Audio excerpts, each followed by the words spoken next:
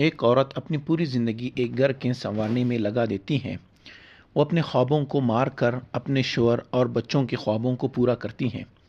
لیکن کیا جب وہی شوہر جسے اس نے اپنی مجازی خدا مانا ہو وہی اسے دھوکہ دے دے؟ تو آج میں آپ کو ایک ایسی کہانی سنانے جا رہی ہوں جو جذبات، دھوکے اور ایک عورت کے اس خوفناک اور خاموش انتقام کی کہانی ہے جسے سن کر آپ کے رونگٹے کھڑے ہو جائیں گے۔ یہ کہانی ہے نازیہ کی، جس نے اپنے شوہر کی بے وفائی کا بدلہ آنسوؤں سے نہیں بلکہ ایک ایسے وار سے لیا جس نے اس دھوکے باز کی پوری زندگی اجاڑ کر رکھ دی۔ آئیے سنتے ہیں یہ دلچسپ کہانی۔ کراچی کے جناح انٹرنیشنل ایئرپورٹ کا لاؤنج مسافروں کے بھیڑ اور مسلسل ہو رہی اعلانات کی آواز سے گونج رہا تھا۔ وسیع ایئر کنڈیشن کی ٹھنڈی ہوا ماحول کو اور بھی سرد بنا رہی تھی۔ میں نے اپنے 5 سالہ بیٹے عرفان کا چھوٹا سا ہاتھ اپنے ہاتھ میں مضبوطی سے پکڑ رکھا تھا۔ اس کی ننھی ہتھیلیوں کی گرمائش مجھے حوصلہ دے رہی تھی۔ عرفان اپنی بڑی اور معصوم آنکھوں سے مجھے دیکھ رہا تھا اور پھر اپنے والد عامر کی طرف دیکھ رہا تھا۔ عامر کے چہرے پر ایک عجیب سی بچگانہ تجسس تھا۔ آج اس نے وہی مہنگا برانڈڈ شرٹ پہنا رکھا تھا جس میں صبح اپنے ہاتھوں سے استری کیا تھا۔ وہ ایک بہت ہی کامیاب انسان، ایک مثالی شوہر اور ایک پیار کرنے والے باپ کی طرح دکھ رہا تھا جو اپنی بیوی اور بچوں کو غیر ملک بھیجتے ہوئے جذباتی ہونے کا دکھاوا کر رہا تھا۔ یہ ایک بہت شاندار ڈرامہ تھا جو پوری باریکی سے کھیلا جا رہا تھا۔ عامر نیچے جھکا اور اس نے مجھے اور عرفان کو اپنے بہنوں میں بھر لیا، اس کا گلے لگا لیا۔ دبا ہوا تھا، اتنا دبا ہوا کہ مجھے گھٹن محسوس ہونے لگا۔ اس کی مہنگی پرفیوم کی وہ شناسا خوشبو مجھے ناخنوں سے ٹکرائی، لیکن آج نہ جانے کیوں اس خوشبو سے مجھے گھن آ رہی تھی۔ اس نے میرے پیٹ تپتپاتی اور اس کی بھاری آواز میرے کانوں میں گونجی جو اتنی اونچی تھی کہ آس پاس کھڑے لوگ بھی سن سکے۔ وہاں جا کر اپنا اور عرفان کا اچھے سے خیال رکھنا۔ میں یہاں کا سارا کام جلد سے سمیٹ کر تم دونوں کے پاس آ جاؤں گا، پھر ہم سب ایک ساتھ رہیں گے۔ اس کی آواز میں درد اور فخر کا ایک چھوٹا مرکب تھا۔ یہ صرف تماشائیوں کے لیے بولا گیا ایک ڈائلاگ تھا۔ میں نے اس کے سینے سے لگ کر حامی بھری اور پوری کوشش کی کہ میری آواز نہ لڑکھڑائے۔ آپ بھی اپنا خیال رکھیے گا، کام کے چکر میں کھانا مت بھولیے گا، میں اور عرفان آپ کا انتظار کریں گے۔ میں نے سر اٹھا کر اس کی طرف دیکھا اور مسکرا دی۔ یہ مسکراہٹ تھی جس کا میں نے آئینے کے سامنے سینکڑوں بار مشق کیا تھا تاکہ یہ بالکل سچی ایک فرمانبردار اور بیچارہ بیوی کی مسکراہٹ لگے۔ میں نے اپنے آنکھوں سے آنسوؤں کی ایک ہلکی سی پرت چہا لی تھی جو ایئرپورٹ کی روشنی میں چمک رہی تھی تاکہ عامر کو لگے کہ میں اس سے دور جانے کے خیال سے کتنی دکھی ہوں۔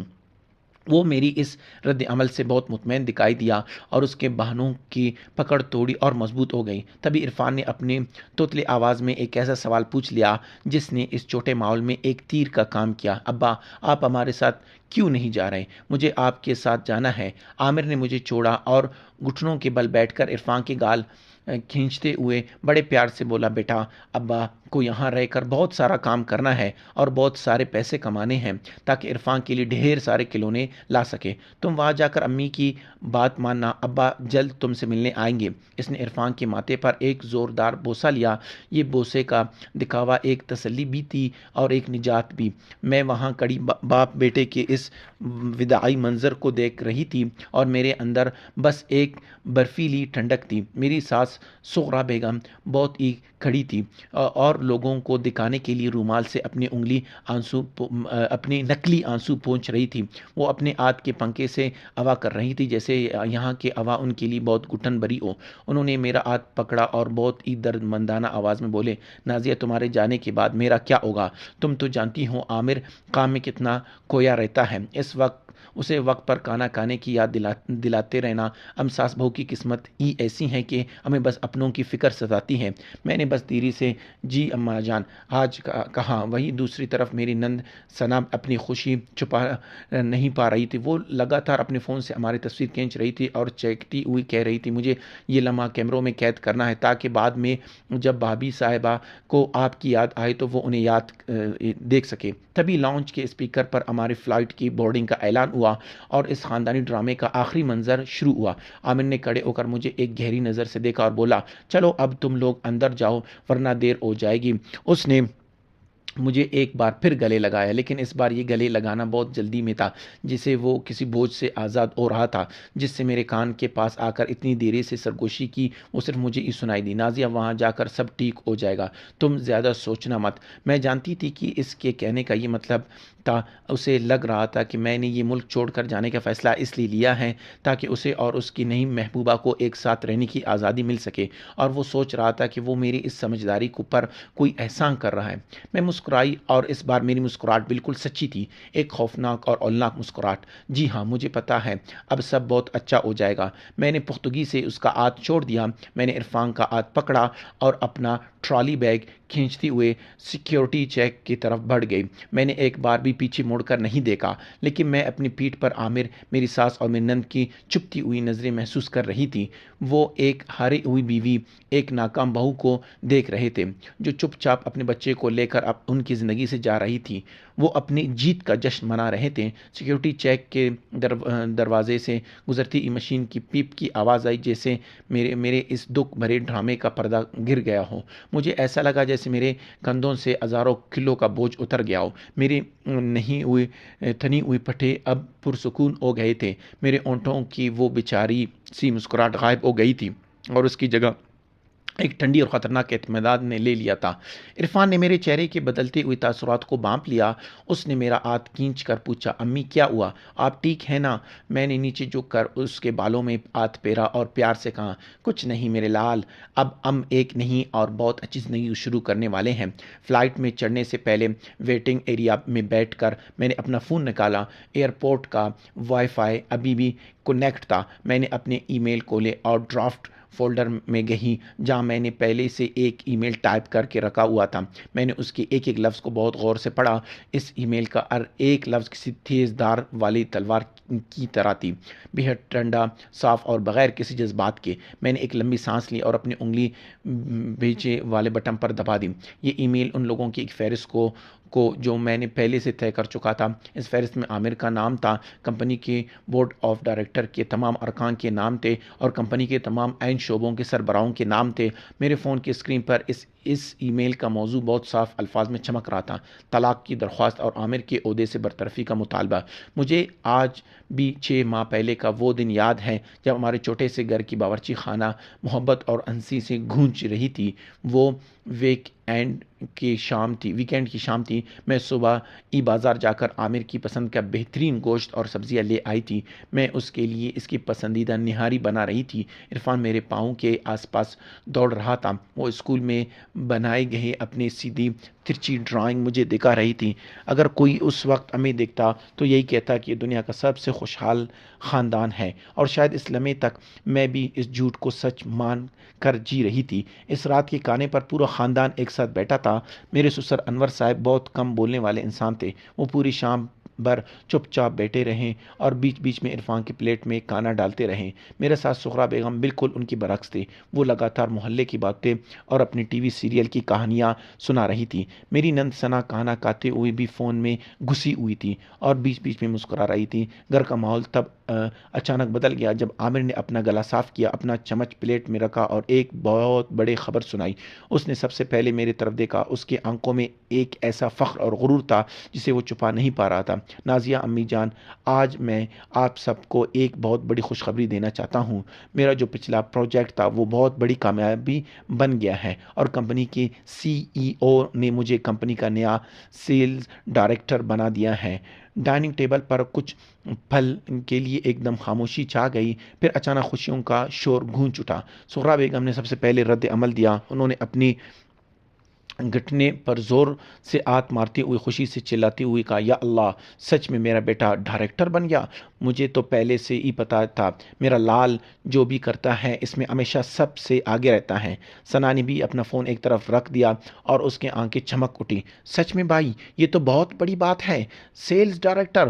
اب تو میں اپنے سہیلیوں کے سامنے شان سے بتاؤں گی کہ میرا بھائی بھی کتنے بڑے آدمی ہے۔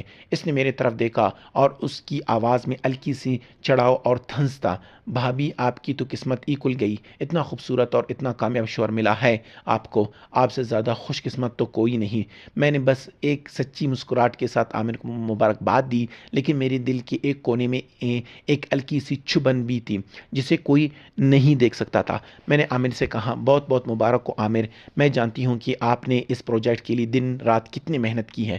عامر نے بڑے غرور سے سر ہلایا، اس نے میری مبارکباد کو ایسے قبول کیا جیسے یہ اس کی پیدائشی حق ہو۔ وہ لگاتار بولتا جا رہا تھا کہ کیسے اس نے دوسری ٹیموں سے لڑائی کی، کیسے اس نے اکیلے دم پر فیصلے لیے اور کیسے پروجیکٹ کو کامیاب بنایا۔ وہ ان راتوں کی کہانی سنا رہا تھا جب وہ سویا نہیں تھا، ان مشکل ملاقاتوں کی بات کر رہا تھا اور خود کو ایک عظیم جنگجو کی طرح پیش کر رہا تھا۔ لیکن اس نے ایک بار بھی ان راتوں کو ذکر نہیں کیا جب میں نے اس کے ساتھ بیٹھ کر ڈیٹا کا تجزیہ کیا تھا۔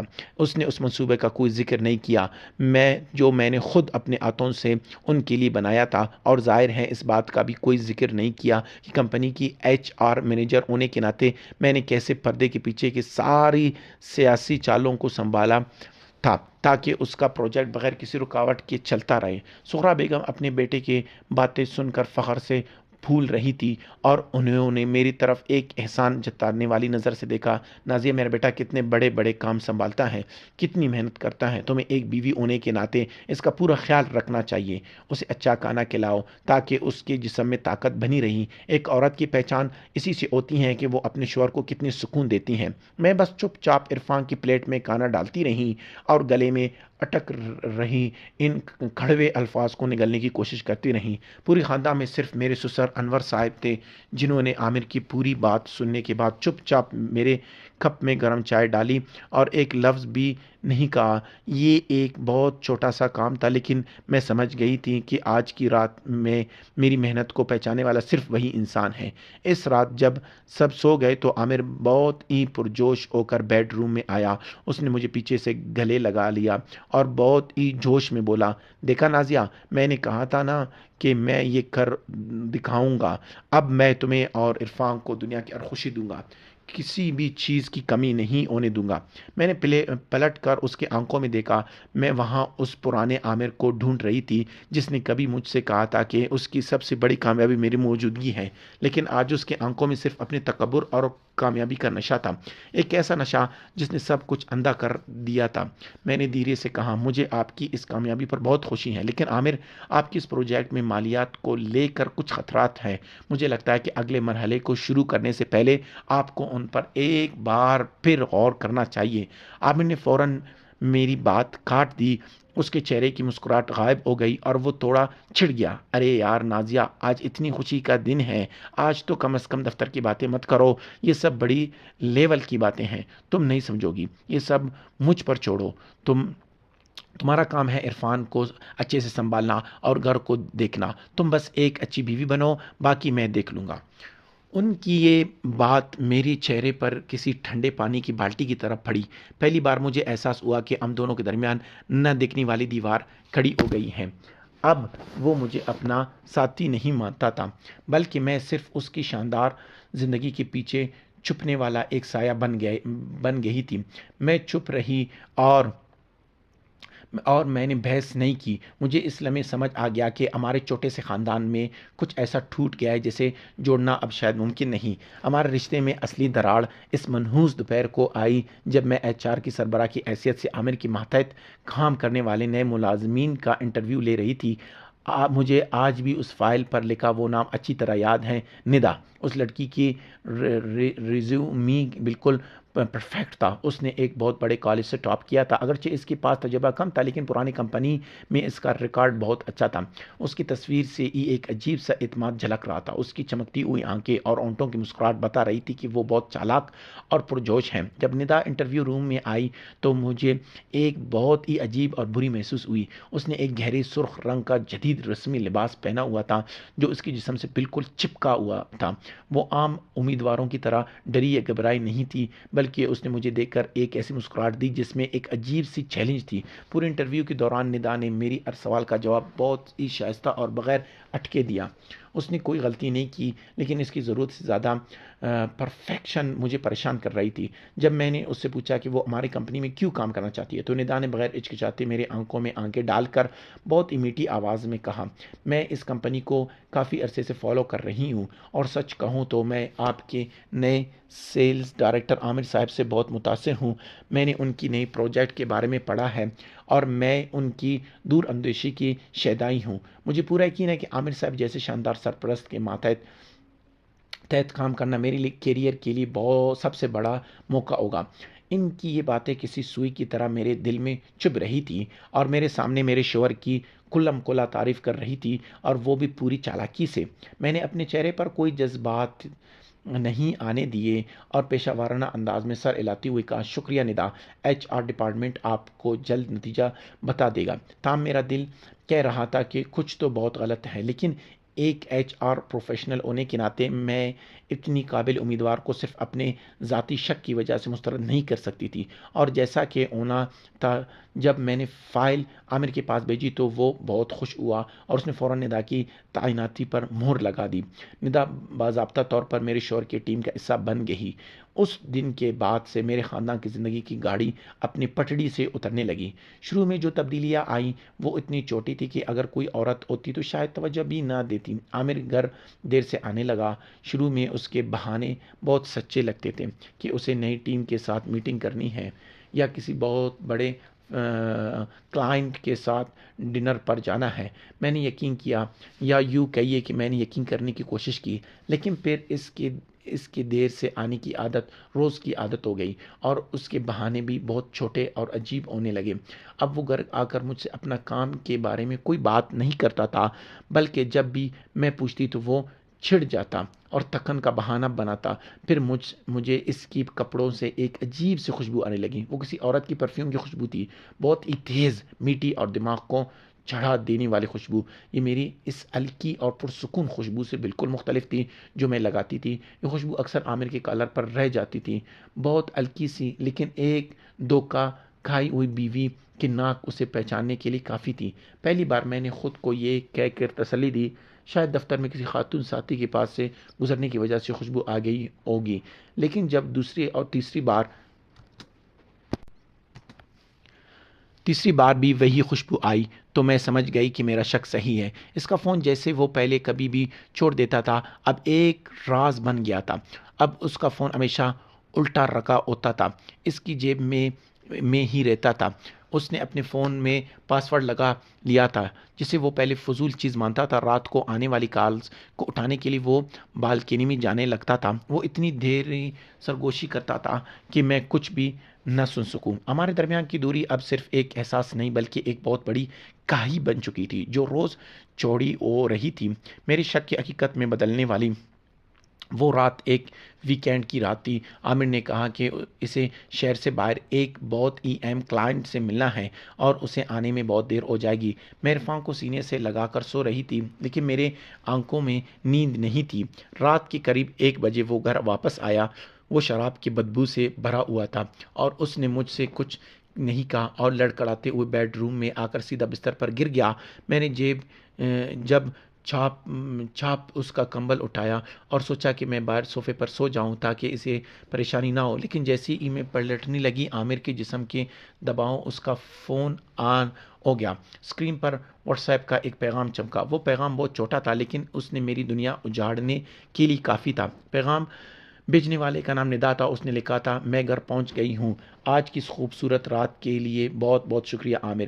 میں وہیں پتھر کی طرح جم گئی۔ میں اس اسکرین کو گھورتی رہی یہاں تک کہ اس کی روشنی خود بخود بند ہو گئی۔ میرے جسم کا خون گویا برف بن گیا تھا۔ اب یہ کوئی شک نہیں تھا، یہ ایک سچائی تھی، ایک ایسی سچائی جو اتنی خوفناک اور دردناک تھی کہ میرے سینے کو چیر رہی تھی۔ میں اس پوری رات سو نہیں سکی۔ میں باہر ڈرائنگ روم میں اندھیرے میں اکیلے بیٹھی رہی۔ باہر سڑک کی پیلے رنگ کی روشنی کھڑکی سے اندر آ رہی تھی۔ میں روئی نہیں، میرے آنسو شاید اس پر خشک ہو گئے ہیں۔ جب میں وہ پیغام پڑھا تھا میرے دماغ میں ہزاروں سوالات طوفان کی طرح گھوم رہے تھے۔ آخر کیوں؟ لیکن پھر وہ سب ایک خوفناک خاموشی میں بدل گئے۔ یہ دھوکہ کوئی اچانک آنے والے طوفان نہیں تھا، بلکہ یہ ایک ایسا زہر تھا جو ہماری شادی کی بنیادوں میں دھیرے دھیرے پھیل رہا تھا، اور میں نے اسے دیکھنے میں بہت دیر کر دی تھی۔ اب جب سب کچھ شیشے کی طرح صاف تھا تو مجھے اپنے اندر ایک خوفناک خالی پن محسوس ہو رہا تھا۔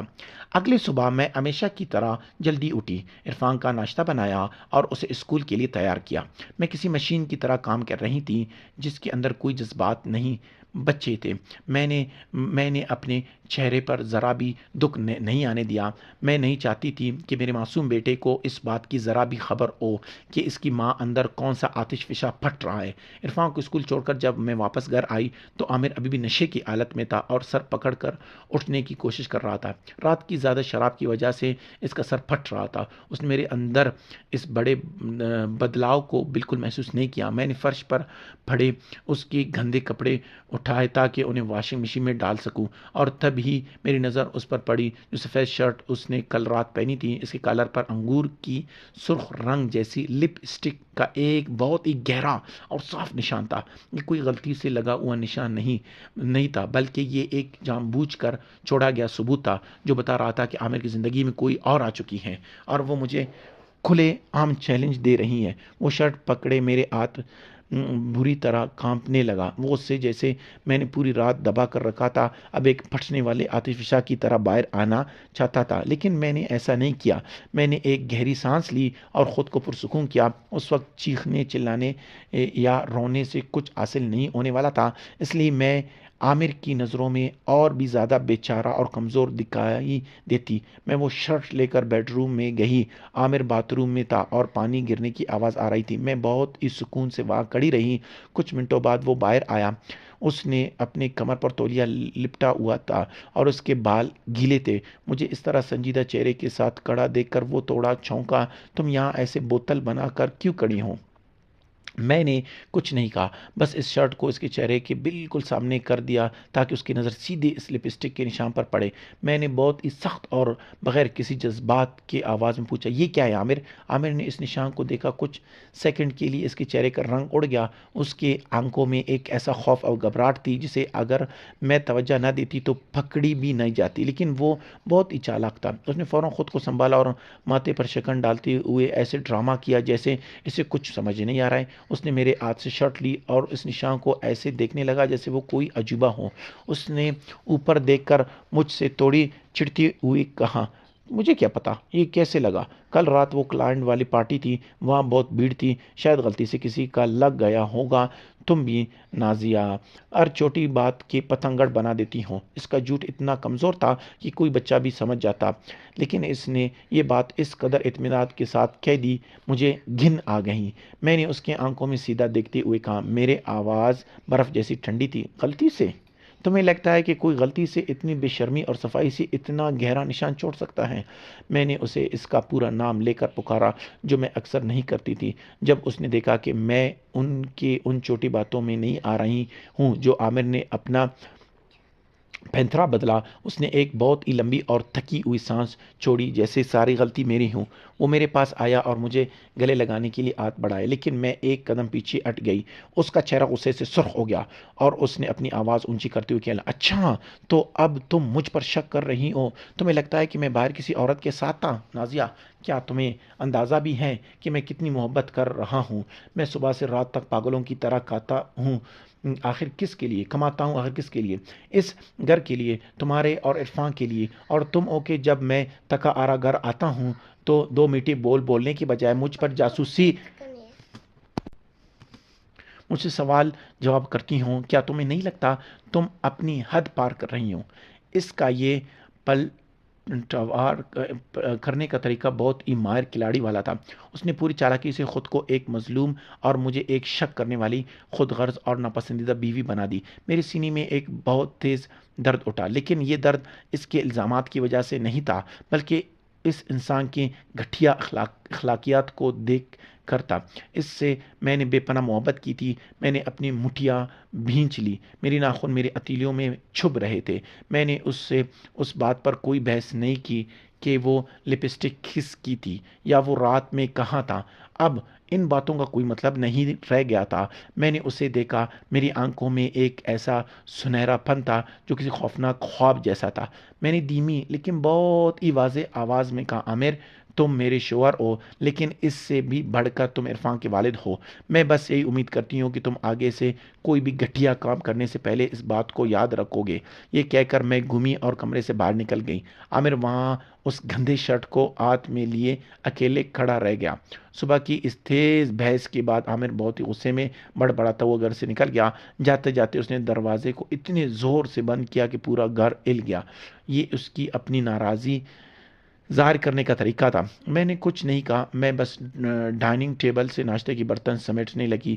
میرا دل کسی پتھر کی طرح لگ رہا تھا۔ مجھے لگا تھا کہ اس کے جانے کے بعد گھر کا ماحول تھوڑا پرسکون ہو جائے گا، لیکن میں غلط تھا۔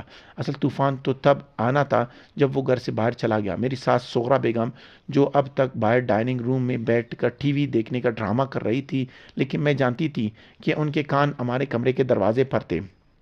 وہ دھیرے دھیرے چلتے ہوئے باورچی خانے میں آئی۔ انہوں نے میرے طرف نہیں دیکھا، بس سنک میں پڑے برتنوں کو گھورتی رہیں، اور ان کی آواز میں ایک تلخی تھی۔ نازیہ، میری بات کا برا مت ماننا، لیکن مجھے لگ رہا ہے کہ تمہارا دماغ آج کل خراب ہو گیا ہے۔ مرد گھر کا سربراہ ہوتا ہے، دفتر میں اسے دنیا بھر کی پریشانی ہوتی ہے۔ وہ جب گھر لوٹتا ہے تو چاہتا ہے کہ اسے سکون ملے۔ بیوی کا اس کا مسکرا کر استقبال کرنا چاہیے، اور تم ہو کہ ہمیشہ اپنا منہ پھیلائے رکھتی ہوں، ہر وقت اپنے شوہر کی کمی نکالتی ہوں۔ ایسے میں اس کا دماغ کام میں کیسے لگے گا؟ وہ ایسے بول رہی تھی جیسے وہ دنیا کی سب سے سمجھدار عورت ہو اور مجھے زندگی کا کوئی بڑا علم دے رہی ہو، جسے انہیں بالکل پتہ بھی نہیں کہ ہمارے درمیان کوئی جھگڑے کی اصل وجہ کیا تھی۔ میں نے برتن دھونا بند کیا اور ان کی طرف مڑ کر پوری کوشش کی کہ میری آواز میں احترام برقرار رہے۔ اماں جی، میرا وہ مطلب نہیں تھا، بس میاں بیوی کے درمیان تھوڑی سی غلط فہمی ہو گئی تھی۔ میں اور عامر آپس میں بات کر رہے تھے، اسے سلجھا لیں گے۔ مجھے امید تھی کہ وہ میری بات سمجھیں گی اور ہمیں ہمارے حال پر چھوڑ دیں گے، لیکن میری ساس ایسی عورت نہیں تھی۔ انہوں نے فوراً اپنی آواز تیز کر لی اور ان کا وہ پرسکون دکھنے والا نقاب اتار دیا۔ غلط فہمی؟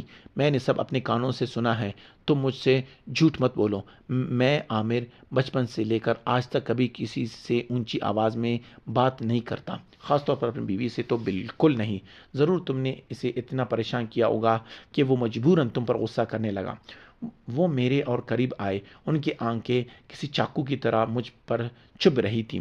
میں ایک ڈائریکٹر کی بیوی ہوں، تمہیں تھوڑا سمجھدار ہونا چاہیے۔ بڑے آدمیوں کو باہر معاشرت میں اٹھنا بیٹھنا پڑتا ہے، کئی لوگوں سے ملنا پڑتا ہے۔ اگر باہر کوئی اسے پسند کرتا ہے یا تھوڑی بہت ہنسی مذاق کر لیتا ہے تو یہ بڑی بات نہیں۔ ایک بیوی کو ان تمام باتوں کو نظر انداز کرنا آنا چاہیے۔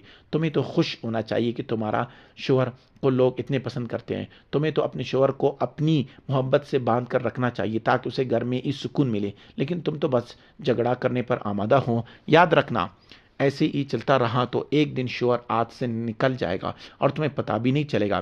ان کی ہر ایک بات میرے زخموں پر نمک چھڑکنے جیسی تھی۔ ان کی نظروں میں ان کے بیٹے کی ہر غلطی کی ذمہ دار میں تھی۔ میری بیوی میری کمی تھی کہ میں اسے خوش نہیں رکھ پاتی، اور اس کے معاملے کا سارا الزام مجھ پر ڈال دیا گیا۔ تبھی سیڑھیوں سے اترتے ہوئے میری نند ثنا بھی وہاں آ گئی۔ وہ اونگ رہی تھی۔ ماحول کو اتنا گرم دیکھ کر وہ وہاں جانے کی بجائے میرے پاس آ کر کھڑی ہو گئی۔ اس نے اپنے ہاتھ سینے پر باندھی اور اس کے چہرے پر ایک بہت ہی گھٹیا سی مسکراہٹ تھی۔ وہ بیچ میں بولتے ہوئے بولے، امی بالکل ٹھیک کہہ رہی ہیں اے بھابی، بھائی آپ پہلے والے معمولی آدمی نہیں رہا۔ ان کے آس پاس دفتر میں اور کلائنٹس میں ایک سے بڑھ کر ایک خوبصورت اور ہوشیار لڑکیاں ہیں جنہیں بات کرنے کا سلیقہ آتا ہے، اور آپ ہے کہ بس ایک باورچی خانے میں گول روٹیاں بنانے لگی رہی ہیں۔ آپ کو تو شوہر کو خوش رکھنا بھی نہیں آتا۔ اگر آپ بھائی کی قدر نہیں کریں گے تو باہر کوئی اور ان کی قدر کرے گا نا۔ ویسے بھی اس دور میں ایسا کہاں ہوتا ہے کہ کوئی آدمی زندگی بھر صرف اپنی بیوی کا ہی پھلو پکڑ کر بیٹھا رہے۔ ثنا کی باتیں میرے چہرے پر پھینکی گئی کسی تیزاب کی طرح تھی۔ اس کے آنکھیں اور باتوں میں جو نفرت اور برتری دکھانے کا احساس تھا وہ صاف جھلک رہا تھا۔ آج مجھے سمجھ آ گیا تھا کہ اس گھر والوں کی نظریں میں میری کیا حیثیت تھی۔ میں ان کے لیے صرف ایک ناخواندہ اور کام کرنے والی عورت تھی جو ان کے عظیم اور دولت مند بیٹے کے لائق بالکل نہیں تھی۔ میں نے ان دونوں عورتوں کو دیکھا، میرے شوہر کو جنم دینے والی ماں اور اس کی سگی بہن، لیکن یہ دونوں اتنی ظالم کیسے ہو سکتی ہیں؟ یہ میرے حق میں تو کجا، یہ تو منصف بھی نہیں تھے۔ یہ تو اس انسان کے لیے کڑے تھے جس نے میرے پیٹ میں چھرا گھونپا تھا اور ان کی گندی حرکت کو درست ثابت کرنے میں لگی تھی۔ میرے گلے میں جیسے کچھ اٹک گیا تھا، میں ایک لفظ بھی نہیں بول پائی کیونکہ میں جانتی تھی کہ ان لوگوں کے سامنے کوئی بھی دلیل یا صفائی دینا بالکل بیکار ہے۔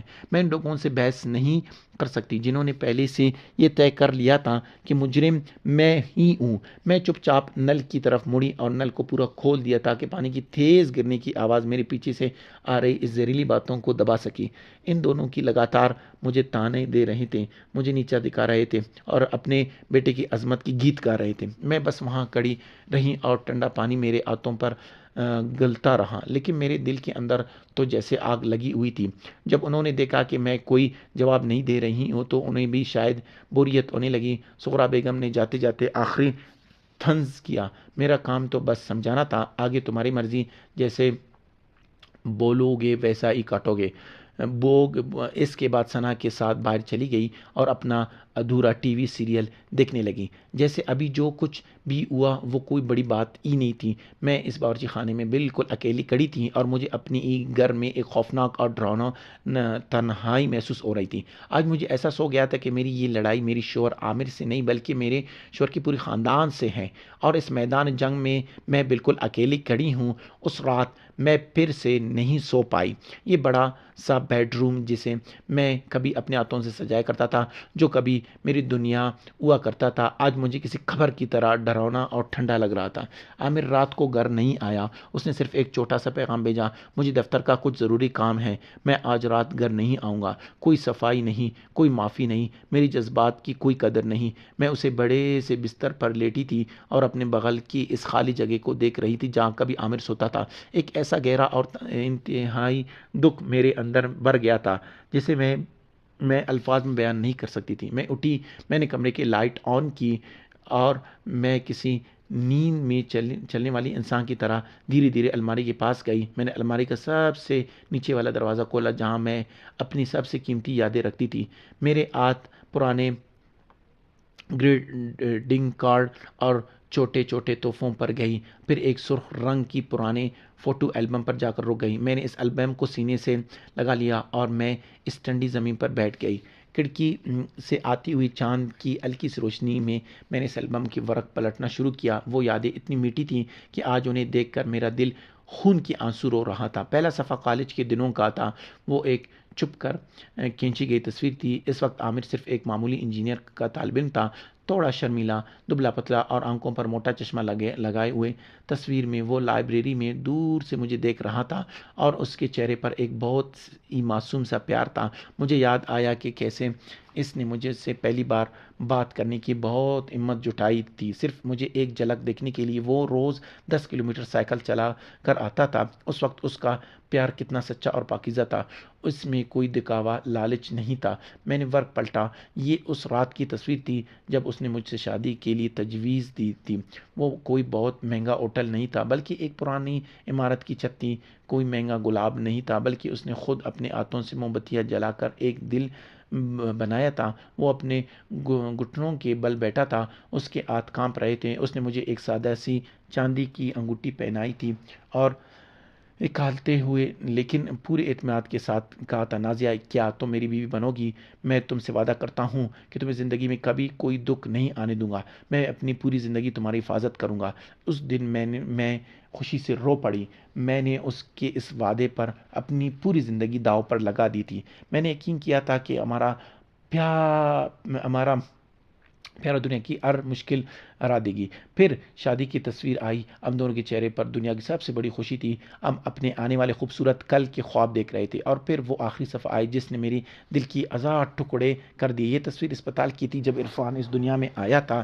عامر نے اس ننھے جان کو اپنے ہاتھوں میں بہت ہی احتیاط سے پکڑا ہوا تھا۔ اس کی آنکھوں میں اپنے بیٹے کے لیے جو پیار، حیرانی اور فخر تھا وہ صاف دکھائی دے رہا تھا۔ اس نے میری کمزور ہو چکی کلائی کو پکڑ کر میرے کان میں کہا تھا، شکریہ نازیہ، مجھے پورا خاندان دینے کے لیے بہت بہت شکریہ۔ آج یہ لفظ مجھے کسی بہدے گالی جیسا لگ رہا تھا۔ اسی انسان نے مجھے یہ خاندان دیا تھا، اور آج یہی انسان اپنے ہی ہاتھوں سے اس خاندان کا گلا گھونٹ رہا تھا۔ وہ ساری پرانی یادیں کسی فلم کی طرح میرے آنکھوں کے سامنے چھلنے لگے۔ وہ یادیں اتنی واضح تھی جیسے کل ہی کی بات ہو، اور یہی یادیں آج کی اس کڑوی سچائی کو اور بھی زیادہ خوفناک بنا رہی تھی۔ میں نے اپنا سر اس البم پر رکھ دیا اور میں بے اختیار رو پڑی۔ وہ سارے آنسو جنہیں میں نے اتنی دیر سے پی رکھی تھی آج کسی بندے کی طرح ٹوٹ گئی۔ میرے آنسو اس پرانے البم کے ورقوں پر بھگو رہی تھی۔ میں اس لیے نہیں رو رہی تھی کہ میں کمزور تھی، بلکہ میں اس لیے رو رہی تھی کیونکہ مجھے اس بات پر ترس آ رہا تھا جو اب مر چکی تھی۔ مجھے اس انسان پر ترس آ رہا تھا جسے میں نے اپنی دنیا بنا لی تھی۔ میں تب تک روتی رہی جب تک میرے جسم میں ایک بھی آنسو نہیں بچا۔ میری آنکھیں خشک ہو گئے تھے اور میرا گلا درد کر رہا تھا، لیکن اس ناقابل برداشت درد کے درمیان میرے دماغ میں اچانک بجلی سی گوندی۔ ان تصاویر میں جو انسان دیکھ رہا تھا وہ اتنا سچا اور پیار کرنے والا تھا، وہ آخر کہاں چلا گیا؟ کیا وہ مر گیا؟ یا سچ تو یہ ہے کہ وہ انسان کبھی تھا ہی نہیں؟ کیا وہ صرف میرے ہی دماغ میں ایک وہم تھا جسے میں نے اپنے خیالات میں ایک کامل شعور سمجھ لیا تھا؟ اور اب مجھے سمجھ آ گیا تھا کہ میں ایک مردہ رشتے کے لیے اپنی زندگی برباد نہیں کر سکتی۔ میرا بیٹا عرفان ہے، اسے میری ضرورت ہے، مجھے اس کی مستقبل کے لیے کڑا ہونا ہوگا۔ میں اسے ہار نہیں مان سکتی۔ میں نے جلدی سے اپنے خشک گالوں کو پہنچا۔ میں نے اس البم کو بند کیا اور اسے واپس دراز میں رکھ دیا۔ جب میں نے اسے واپس رکھا تو گویا میں نے اپنے دل کے تمام جذبات کو ہمیشہ کے لیے دفن کر دیا۔ اب میرے اندر درد تھا، لیکن وہ درد مجھے کمزور نہیں کر رہا تھا، بلکہ وہ درد اب ایک ایسے خطرناک اور ٹھنڈے غصے میں بدل رہا تھا جو سب کچھ بھسم کر دینے کی طاقت رکھتا تھا۔ آج رات وہ پرانی نازیہ مر چکی تھی جو دھوکہ کھانے کے بعد صرف رونا جانتی تھی، بلکہ کل کا سورج ایک نئے نازیہ کو دیکھے گا، ایک ایسی نازیہ جسے بہت اچھی طرح پتہ ہے کہ اسے خود کو اور اپنے بیٹے کو بچانے کے لیے اب کیا کرنا ہے۔ آنے والے کچھ دنوں تک ہمارے گھر میں ایک عجیب سا خوفناک سناٹا چھایا رہا۔ ہم اب بھی ایک ہی ڈائننگ ٹیبل پر کھانا کھاتے تھے، ایک ہی بستر پر سوتے تھے، لیکن میرے اور عامر کے درمیان اب میلوں کی دوری تھی۔ اسے بھی شاید محسوس ہو گیا تھا کہ میں اس سے دور ہو گئی ہوں، لیکن اس نے اس کی وجہ جاننے کی کوشش نہیں کی، بلکہ اس نے مجھ سے اور زیادہ نظریں چرانے لگا۔ وہ اب روز بہت دیر سے گھر آنے لگا اور اس کی وہ چپ چاپ کر فون پر ہونے والی باتیں بھی بڑھتی گئیں۔ میں نے اب اس پر سوال پوچھنا بالکل بند کر دیا تھا۔ میں بس چپ چاپ اس کی ہر حرکت پر نظر رکھ رہی تھی۔ میں کسی جاسوس کی طرح اس کے خلاف ثبوت جمع کر رہی تھی۔ میرا دل اب پتھر کا ہو گیا تھا اور سارا درد میرے سینے میں جم چکا تھا۔ مجھے لگ رہا تھا کہ میں خود کو ہر برے سے برے حق کے لیے تیار کر لیا تھا اور اب دنیا کی کوئی بھی بات مجھے نہیں رلا سکتی۔ لیکن میں غلط تھا۔ حقیقت ہمیشہ ہمارے سچ سے زیادہ خوفناک ہوتی ہے، اور وہ میرے سامنے ایک جمعہ کی دوپہر کو آئی۔ وہ دن بالکل عام دنوں کی طرح لگ رہا تھا۔ میں دفتر میں اپنی کیبن میں بیٹھی تھی اور HR کی ایک بہت ہی ضروری ٹیم کی جائزہ کی رپورٹ تیار کر رہی تھی۔ کمپیوٹر کی اسکرین پر ڈیٹا اور گراف کھلے ہوئے تھے۔ دفتر میں وہی روز کا ماحول تھا، بورڈ کے کٹ کٹ اور ایک ایسی بنبناہٹ کی آواز آ رہی تھی۔ اس ای میل کا کوئی عنوان نہیں تھا اور بھیجنے والے کا ای میل ایڈریس کچھ عجیب سے حروف سے بنا تھا۔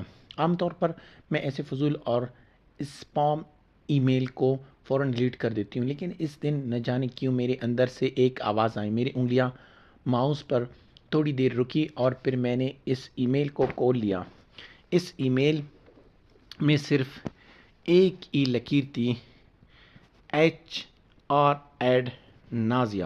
مجھے لگتا ہے کہ آپ کو پتہ ہونا چاہیے کہ آپ کے پیٹھ پیچھے کیا کھیل چل رہا ہے۔ اور اس لکیر کے نیچے 5 تصاویر تھی۔ میرے دل کی دھڑکن اچانک سے بہت تیز ہو گئی۔ میرے ہاتھ کانپ رہے تھے۔ جب میں نے ماؤس کو جب میں نے ماؤس کو سر کے کرس کر پہلی تصویر پر کلک کیا، وہ تصویر اتنی صاف اور خوفناک تھی کہ میری سانس رک گئی۔ اس تصویر میں عامر اور ندا کراچی کے ایک بہت ہی مہنگے اور شاندار ریسٹورینٹ میں آمنے سامنے بیٹھے تھے۔ یہ وہ ریسٹورینٹ تھا جہاں عامر نے مجھے ہماری شادی کی دوسری سالگرہ پر ڈنر کرایا تھا۔ ٹیبل پر جلتی موم بتی کی روشنی ان دونوں کی مسکراتے چہرے پر پڑ رہی تھی۔ عامر نے ندا کا ہاتھ اپنے ہاتھوں میں لیا ہوا تھا۔ وہ اسے اتنی محبت بھری نظروں سے دیکھ رہا تھا جسے ان نظروں سے اس نے مجھے برسوں سے نہیں دیکھا تھا۔ مجھے لگا جیسے کسی نے میرے جسم کا سارا خون کھینچ لیا ہو۔ میرے کانوں میں سیٹیاں بجنے لگا۔ میں نے کانپتے ہاتھوں سے دوسری تصویر کھولی۔ اس بار کی تصویر عامر کی گاڑی کے اندر کی تھی۔ ندا نے اپنا سر عامر کے کندھے پر رکھا ہوا تھا اور اس کے چہرے پر ایک بہت ہی شرارتی سی مسکراہٹ تھی۔ عامر کے ہاتھ میں ندا کا فون تھا۔ وہ دونوں اسکرین پر کچھ دیکھ رہے بہت ہی خوش ہو رہے تھے۔ تیسری تصویر میں وہ دونوں ایک پارک کی ٹہل رہے تھے اور ندا نے عامر کے باہوں میں باہیں ڈالے ہوئے تھے۔ چوتھی تصویر میں عامر ندا کے چہرے پر آرے بالوں کی ایک لڑ کو بڑی پیار سے اس کے کان کے پیچھے کر رہا تھا۔ یہ ایک ایسا عمل تھا جس پر کبھی میرا حق ہوا کرتا تھا۔ اور پھر میں نے وہ آخری تصویر کھولی۔ اس تصویر میں میرے اندر بچی ہوئی خوشی کی آخری امید کو ہمیشہ کے لیے ختم کیا۔ یہ تصویر پیچھے سے کھینچی گئی تھی۔ یہ دونوں جنوبی کراچی کے ایک بہت ہی مشہور اور 5 ستارہ ہوٹل کی لابی میں ایک ساتھ اندر جا رہے تھے۔ اگرچہ ان کا چہرہ نہیں دیکھ رہا تھا، لیکن عامر کا وہ کوٹ اور ندا کی وہ سرخ ڈریس میں نیند میں بھی پہچان سکتی تھی۔ سب کچھ چکنا چور ہو گیا تھا۔ وہ چھوٹا پردہ جسے میں نے اور عامر نے اتنی دیر اوڑھ رکھا تھا، وہ اب پوری طرح پھٹ چکا تھا۔ میں اپنی کرسی پر بے جان ہو کر بیٹھی رہی۔ مجھے ایسا لگا جیسے اس کمرے کی ساری آکسیجن کسی نے نکال لی ہو۔ میں سانس نہیں لے پا رہی تھی۔ میرے آس پاس کی سارے آوازیں ایک دم سے غائب ہو گئے تھے۔ مجھے صرف اپنے دل کی ٹوٹنے کی آواز سنائی دے رہی تھی۔ میں جلدی سے وہ ای میل بند کیا اور اپنے کمپیوٹر کو لاک کر دیا۔ میں اپنی جگہ سے اٹھی۔ میرے پیروں میں بالکل بھی جان نہیں بچی تھی۔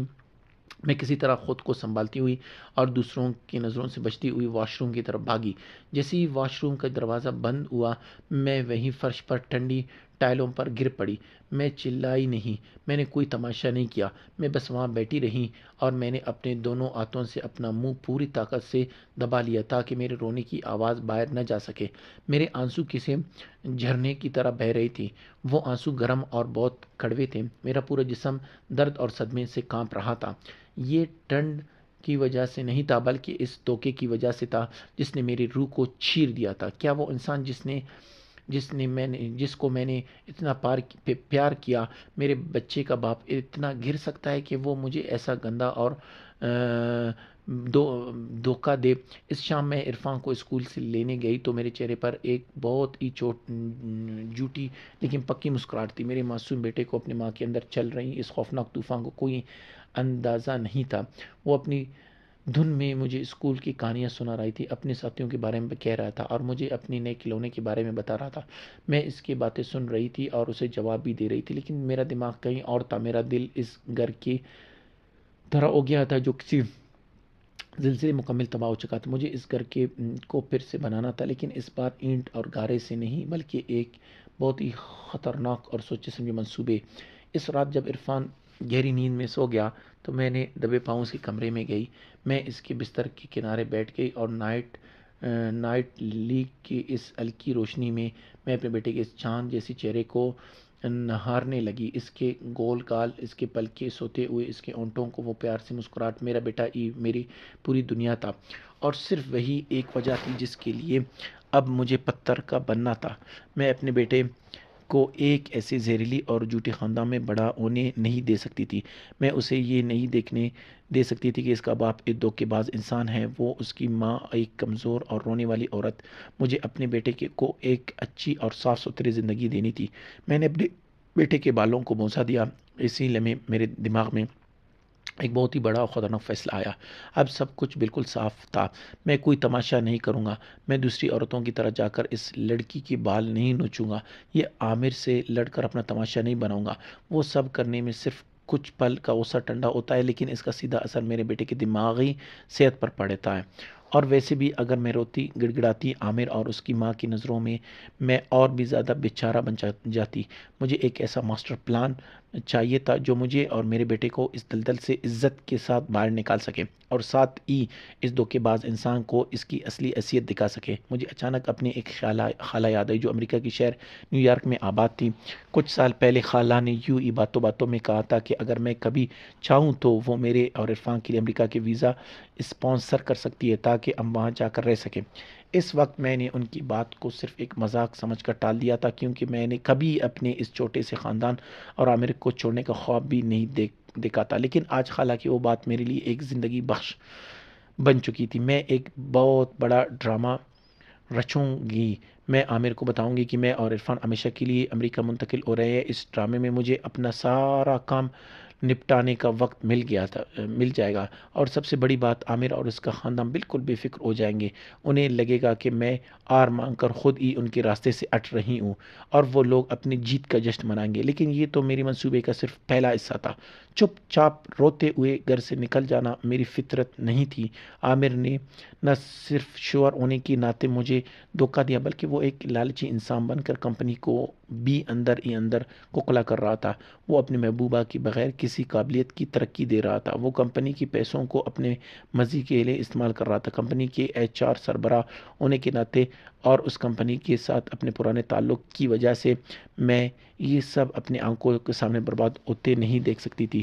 مجھے اپنے مرحوم والد یاد آئے۔ میرے والد نے مرنے سے پہلے بہت ہی خفیہ طریقے سے کمپنی کے اپنے کچھ حصص میرے نام کر دیے تھے۔ یہ اتنے تھے کہ میں کمپنی کے کسی بھی بڑے فیصلے کو پلٹ سکتی تھی۔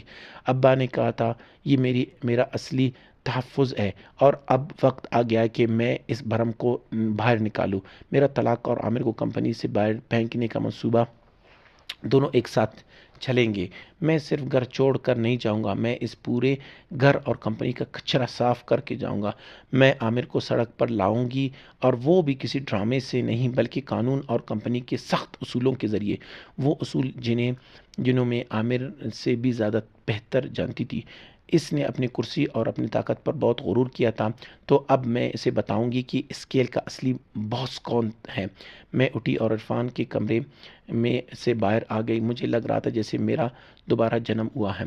درد ابھی بھی سینے میں تھا، لیکن وہ مجھے نہیں رلا رہی تھی، بلکہ وہ درد میرے اندر ایک بہت ہی خوفناک طاقت پیدا کر رہا تھا۔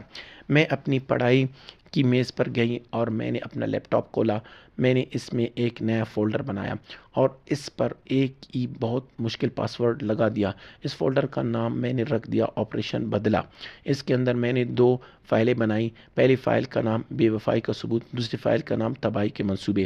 میں اس لیپ ٹاپ کی نیلی روشنی میں بیٹھی تھی اور میرے چہرے پر کوئی جذبات نہیں تھے۔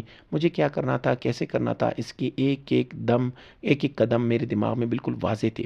مجھے اور ثبوت چاہیے تھے، مجھے ایک اچھے وکیل سے ملنا تھا، مجھے امریکہ جانے کی کاغذات تیار کرنے تھے، اور مجھے اپنے گھر کے کاغذات بھی درست کرنے تھے۔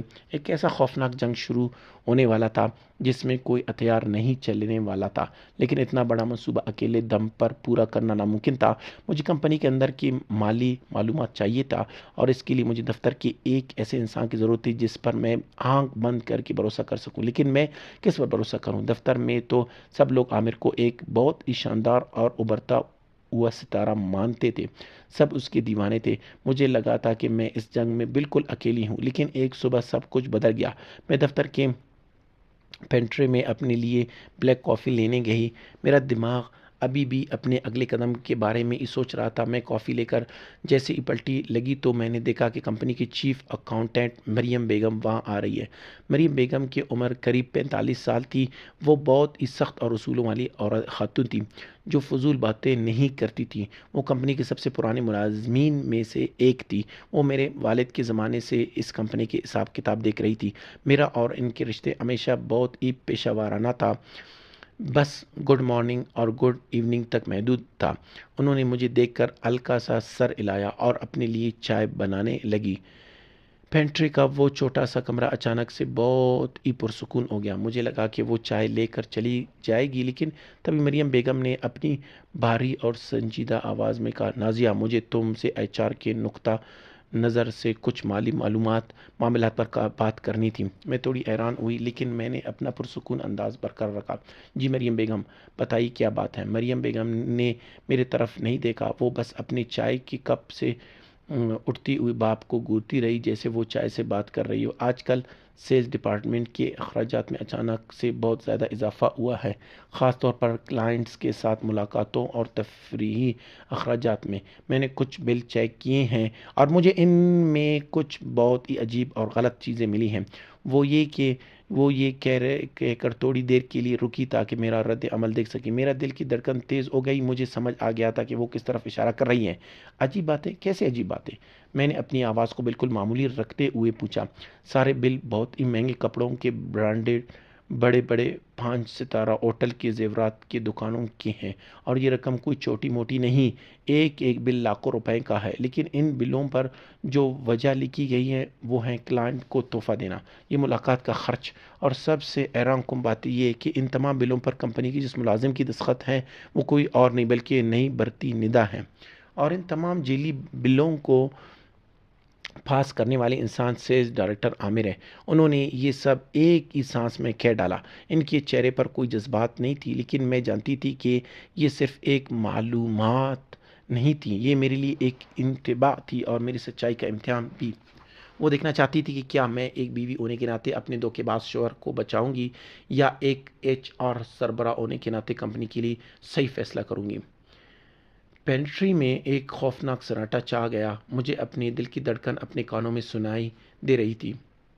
میں نے ایک لمبی سانس لی۔ اس معلومات کو دینے کے لیے آپ کا بہت بہت شکریہ مریم بیگم۔ کمپنی کی مالیات اور HR پالیسی کے مطابق یہ اخراجات بالکل غلط ہے اور یہ صاف طور پر کمپنی کے پیسوں کی چوری اور عہدے کا غلط استعمال ہے۔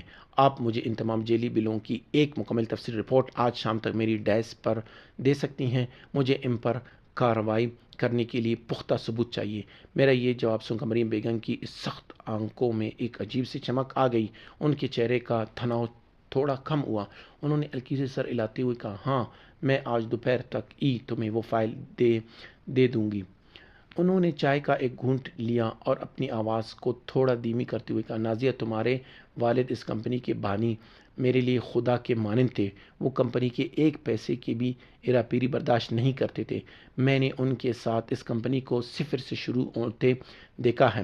مجھے پتا ہے کہ اس کمپنی کو کھڑا کرنے میں انہوں نے اپنا خون پسینہ ایک کیا تھا۔ ان کی یہ بات میرے کو کوڈ ورڈ تھی، ایک ایسا پیغام جو بتا رہا تھا کہ مریم بیگم نہ صرف میری سچائی جانتی تھی بلکہ وہ یہ بھی جانتی تھی کہ میں اس عظیم انسان کی بیٹی ہوں جس نے یہ کمپنی بنائی۔ اور سب سے بڑی بات، مریم بیگم اس جنگ میں میرے ساتھ تھی۔ میرے سینے میں شکر گزاری کی ایک لہر دوڑ گئی۔ میں اکیلی نہیں تھی، میرے والد کی بنائی اصولوں کو ماننے والے لوگ آج بھی زندہ تھے۔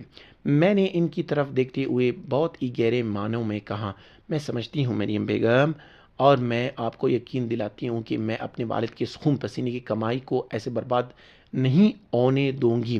میری بات چیت ختم ہو گئی اور کسی اور لفظ کی ضرورت نہیں پڑی۔ مریم بیگم کے ساتھ آنے سے میرا منصوبہ اب تیز رفتاری سے دوڑنے لگا تھا، لیکن اپنے منصوبے کو انجام دینے کے لیے مجھے عامر کے سامنے ایک ایسا جال بچھانا تھا جس سے وہ خود بخود میرے راستے سے ہٹ جائے، ایک ایسا جال جو اس کی خود غرضی اور اس کے لالچ پر سیدھا وار کرے۔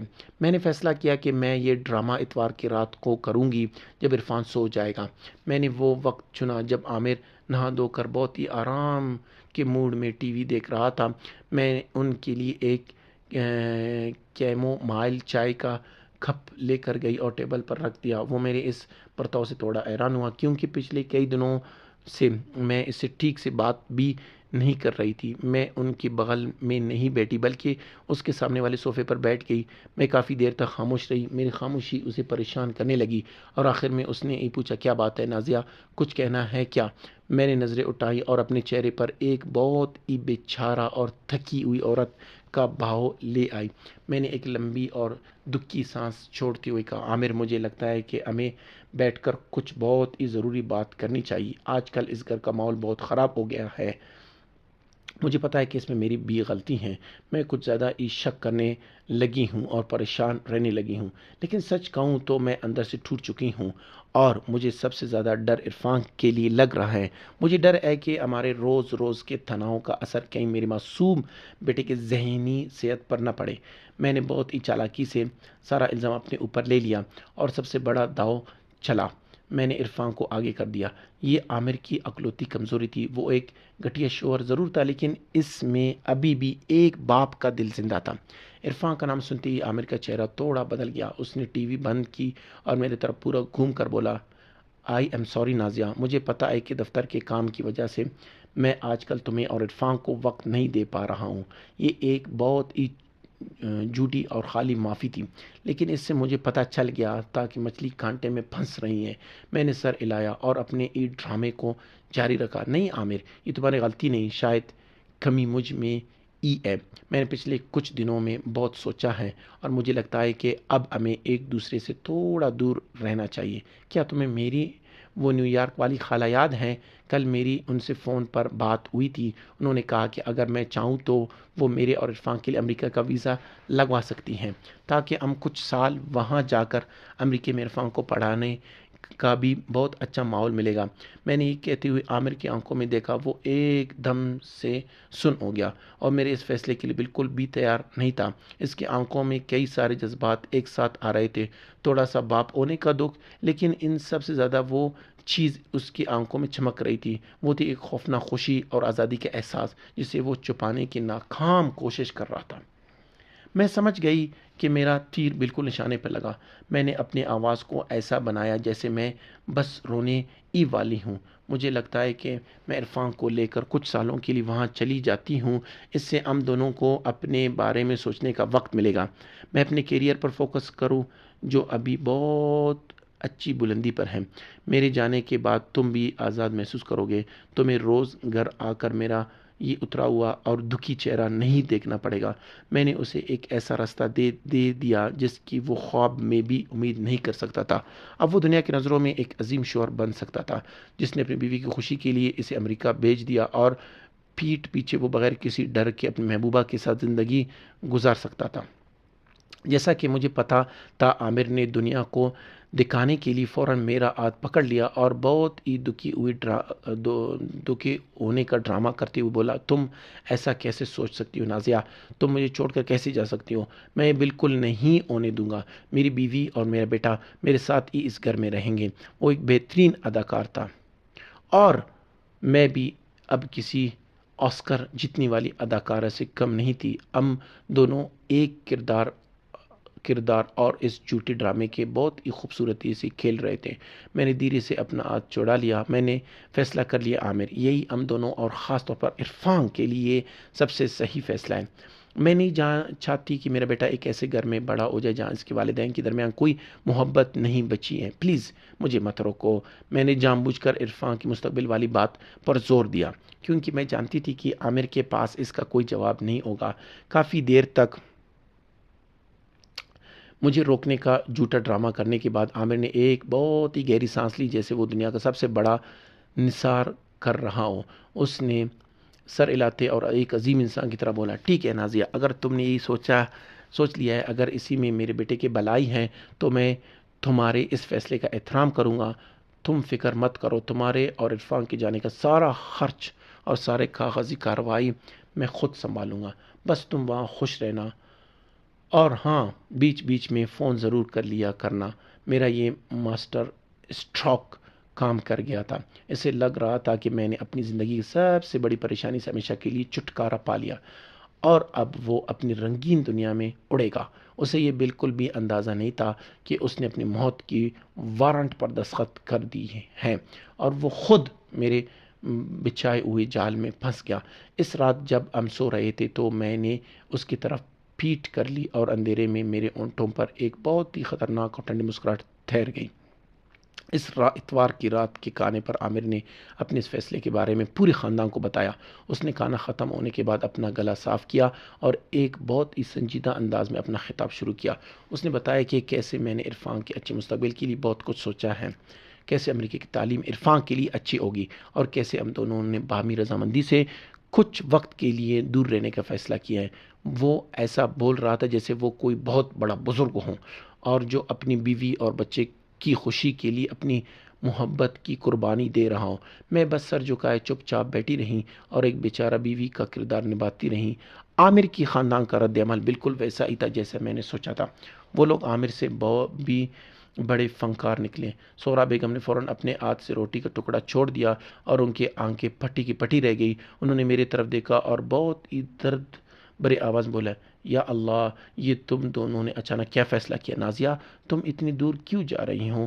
میاں بیوی میں تو جھگڑے ہوتے رہتے ہیں، بیٹھ کر سلجھا لیتے ہیں، لیکن ایسے چھوٹے سے بچے کو لے کر 7 سمندروں پار جانا، یہ تو بہت بڑی بیوقوفی ہے۔ وہ ایسے بول رہا تھا جیسے گھر توڑنے کی ساری ذمہ داری میری ہوں۔ میرے سسر انور صاحب نے صرف ایک بار نظر اٹھا کر مجھے دیکھا۔ ان کی آنکھوں میں ایک بہت ہی عجیب سی الجھن تھی جس میں حیرانی بھی تھی اور شاید وہ میرا درد بھی سمجھ رہا تھا۔ انہوں نے کچھ نہیں کہا، بس ایک ٹھنڈی سانس لی۔ وہی دوسری طرف میری نند ثنا نے فوراً اپنے بھائی کی فکر کرتے ہوئے کہا، ارے رام بھابھی، اگر آپ امریکہ چلے گئے تو میرے بھائی کا کیا ہوگا؟ وہ دن بھر دفتر میں کام کرتے ہیں اور رات کو جب گھر آئیں گے تو انہیں کھانا کون دے گا؟ وہ تو بالکل اکیلے پڑ جائیں گے۔ ثنا کی یہ بات کسی زہریلے تیر کی طرح تھی جو مجھے یہ بتا رہی تھی کہ ان کی نظر میں میری حیثیت صرف ایک نوکرانی باورچی سے زیادہ کچھ نہیں تھی۔ میں نے بہت ہی دھیمی اور کانپتی ہوئی آواز میں کہا، میں نے بہت سوچ سمجھ کر یہ فیصلہ لیا ہے ثنا، عرفان کے لیے ابھی یہی سب سے اچھا ہے۔ میں نہیں چاہتی کہ میرے بچے پر ہمارے جھگڑوں کا اثر پڑے۔ میری یہ بات سنتی ہی سغرا بیگم کو موقع مل گیا۔ انہوں نے فوراً میرا ہاتھ پکڑ لیا اور ان کی آنکھوں میں نکلی آنسو آ گئے۔ مجھے پتہ ہے نازیہ، تم بہت سمجھدار لڑکی ہوں، جب تم نے یہ فیصلہ کر ہی لیا تو تمہیں نہیں روکوں گی۔ اے میری قسمت، میری بہو کو، میرے پوتے کو لے کر پردیس میں اکیلے دھکے کھانے پڑیں گے۔ تم فکر مت کرو نازیہ، میرے عامر کو تو میں سنبھالوں گی، تم بس وہاں جا کر میرے پوتے کا خیال رکھنا۔ جب سب ٹھیک ہو جائے تو واپس آ جانا، یہ گھر ہمیشہ تمہاری ہی رہے گا۔ ان کی باتیں باہر سے بہت ہی میٹھے اور پیار بھرے لگ رہے تھے، لیکن میں ان کی آنکھوں میں چھپی ہوئی وہ چمک صاف دیکھ رہا تھا۔ وہ اندر ہی اندر ناچ رہے تھے، کیونکہ آخرکار کی زندگی سے وہ ناپسندیدہ بہو جا رہی تھی جسے وہ اپنے کروڑ پتی بیٹے کے لائق نہیں سمجھتے تھے۔ ثنا نے بھی آگ میں گھی ڈالتے ہوئے کہا، بالکل بھابھی، آپ بے فکر ہو کر جائے، بھائی کا خیال رکھنے کے لیے میں اور اماں ہے نا۔ آپ وہاں جا کر خوب سارے ڈالر کمانا اور بھائی کو بھیجنا۔ اس کے آخری طنز نے اس کی لالچی اور گھٹیا سوچ کو پوری طرح بے نقاب کر دیا تھا۔ کھانا کھانے کے بعد جب میں باورچی خانے میں برتن صاف کر رہی تھی، سغرا بیگم اندر آئی اور ان باورچی خانے کا دروازہ آدھا بند کر لیا۔ انہوں نے اپنی آواز بہت دھیمی کر لی، جیسے وہ مجھے دنیا کا سب سے بڑا علم دے رہی ہو۔ نازیہ، سچ کہوں تو تمہارا جانا ہی ٹھیک ہے۔ عامر جیسا آدمی جو اتنی تیزی سے ترقی کر رہا ہے، اس کے پیچھے تو لڑکیاں بھاگیں گی ہی۔ اگر تم بادشاہت کرنے لگو گی تو تمہارا ہی گھر ٹوٹے گا۔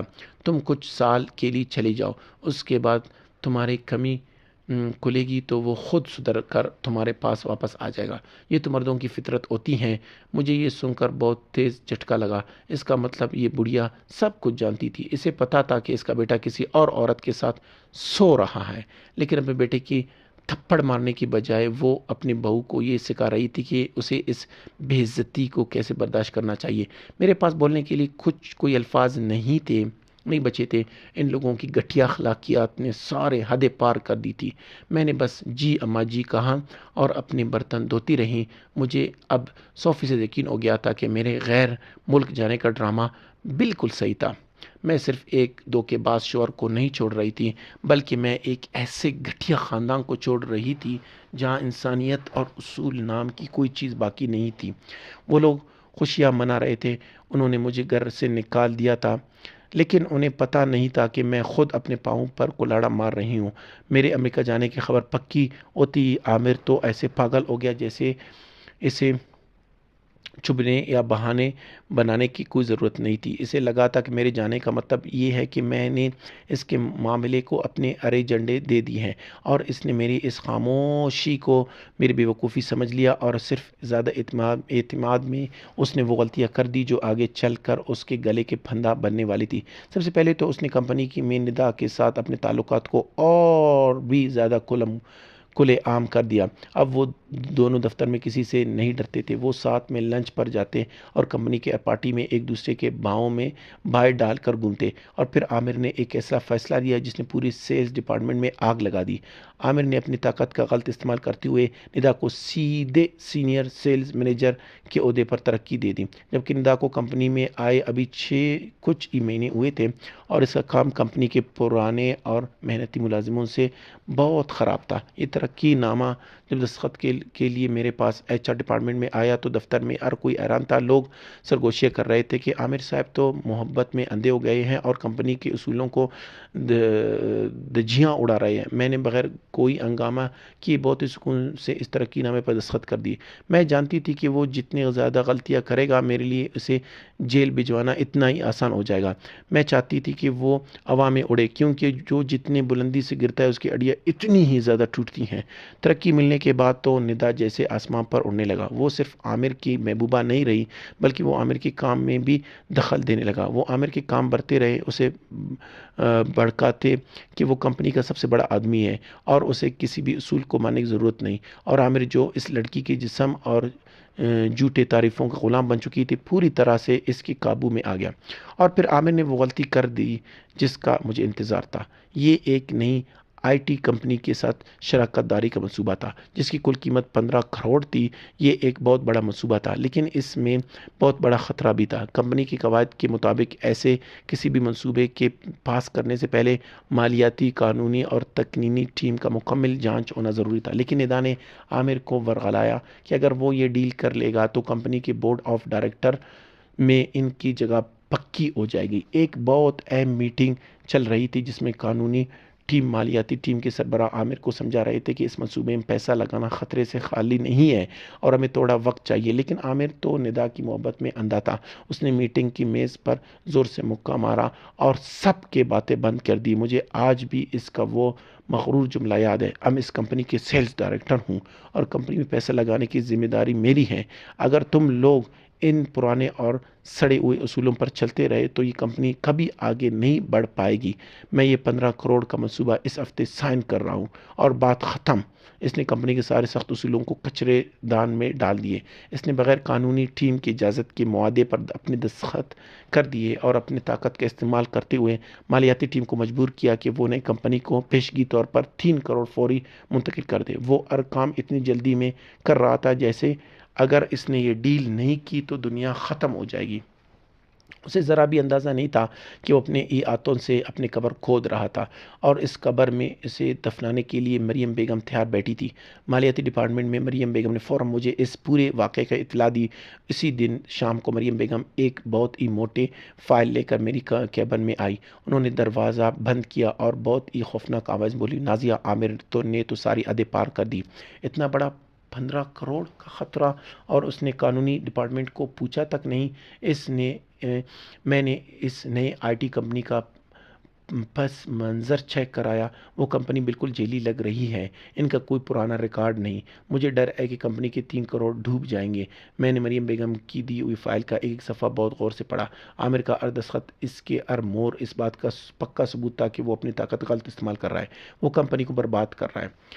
میں نے بہت ہی ٹھنڈی اور خطرناک آنکھوں سے مریم بیگم کی طرف دیکھا اور کہا، آپ بالکل پریشان مت ہو مریم بیگم، آپ بس مجھے اس 15 کروڑ کی منصوبے کی ساری کاپیاں نکال کر دیجئے۔ عامر اور ندا کے ای میل، چیٹ، میٹنگ کی نوٹس، معاہدے کی کاپیاں اور وہ 3 کروڑ منتقل کرنے کی بینک رسید، مجھے یہ سب کچھ چاہیے۔ وہ سارے کاغذات بہت جلد ایک دھماکے کرنے والے تھے۔ کچھ دنوں بعد سے میرا کام بہت زیادہ بڑھ گیا تھا۔ میں اب صرف ایک ایچ آر کام نہیں کر رہا تھا، بلکہ میں اور مریم بیگم کمپنی کے اندر CBI کی طرح ایک خفیہ تحقیقات چلا رہے تھے۔ ہم دونوں کمپنی میں ایک جاسوس کی طرح کام کر رہے تھے۔ ہماری ساری باتیں ہمارے ذاتی ای میل پر ہوتی تھیں، یا پھر ہم دفتر کے تہہ خانے والی پارکنگ میں 5 منٹ کے لیے ملتے تھے۔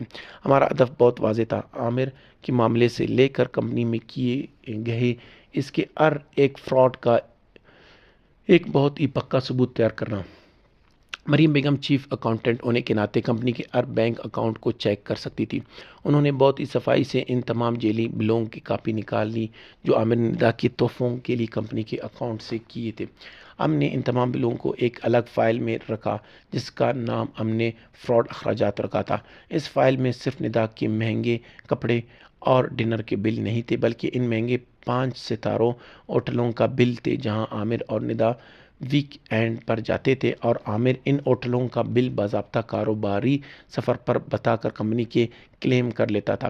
صرف پچھلے 4 مہینے میں عامر نے اپنے اس عیاشی کے لیے کمپنی کے قریب 8 لاکھ چوری کیے تھے۔ دوسری طرف میں HR سربراہ ہونے کا فائدہ اٹھا کر CCTV کیمروں کی ریکارڈنگ چیک کر رہی تھی۔ میں نے IT ٹیم کو بہانے سے ہٹا کر سارے ویڈیوز ڈاؤن لوڈ کر لیے جن میں دفتر کے اوقات کے بعد عامر اور ندا کے نامناسب حالات میں دیکھا جا سکتا تھا۔ میں نے عامر اور ندا کے تمام گندے اور رومانی ای میلز بھی بحال کر لیے جو انہوں نے دفتر کے سرور کا استعمال کرتے ہوئے ایک دوسرے کو بھیجے تھے۔